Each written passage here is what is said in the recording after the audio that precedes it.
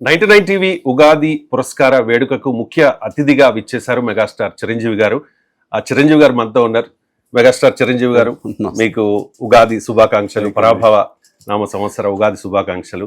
మీరు మీ 4.5 దశాబ్దాల సుదీర్ఘ సినీ ప్రస్థానంలో ఎన్నో అవార్డుల్ని దక్కించుకున్నారు.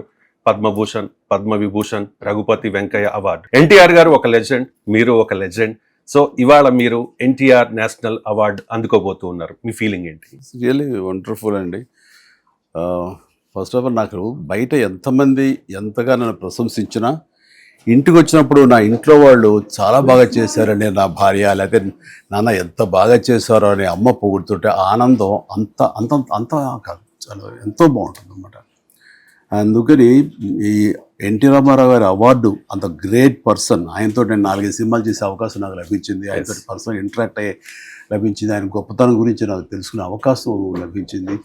అంతటి మహనీయుడి యొక్క అవార్డు, ఆయన పేరునున్న నేషనల్ అవార్డు నాకు ఈ రోజున రావటం అనేది, తెలంగాణ ప్రభుత్వం నాకు అందజేయటం అనేది, అది నేను చాలా అద్భుతమైనటువంటి ఇదిగా ఫీల్ అవుతాను.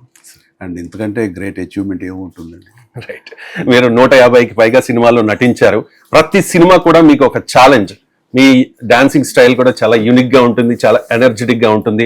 ఫస్ట్ మూవీ నుంచి ఇప్పటి వరకు కూడా అదే ఎనర్జెటిక్గా మీరు డాన్స్ చేస్తూ ఉంటారు. ఒక రకంగా చెప్పాలంటే బహుశా యువ హీరోలందరూ కూడా అసూయ పడతారేమో మీ డాన్స్ చూసి. మీ ఎనర్జీ సీక్రెట్ ఏంటి? ప్రజాబలం, ప్రేక్షక బలం. వాళ్ళు అందించే ప్రశంసలే ఎప్పటికప్పుడు నీకు నూతనోత్సాహాన్ని ఇస్తుంటాయని నా ప్రగాఢంగా నమ్ముతుంటాను అనమాట.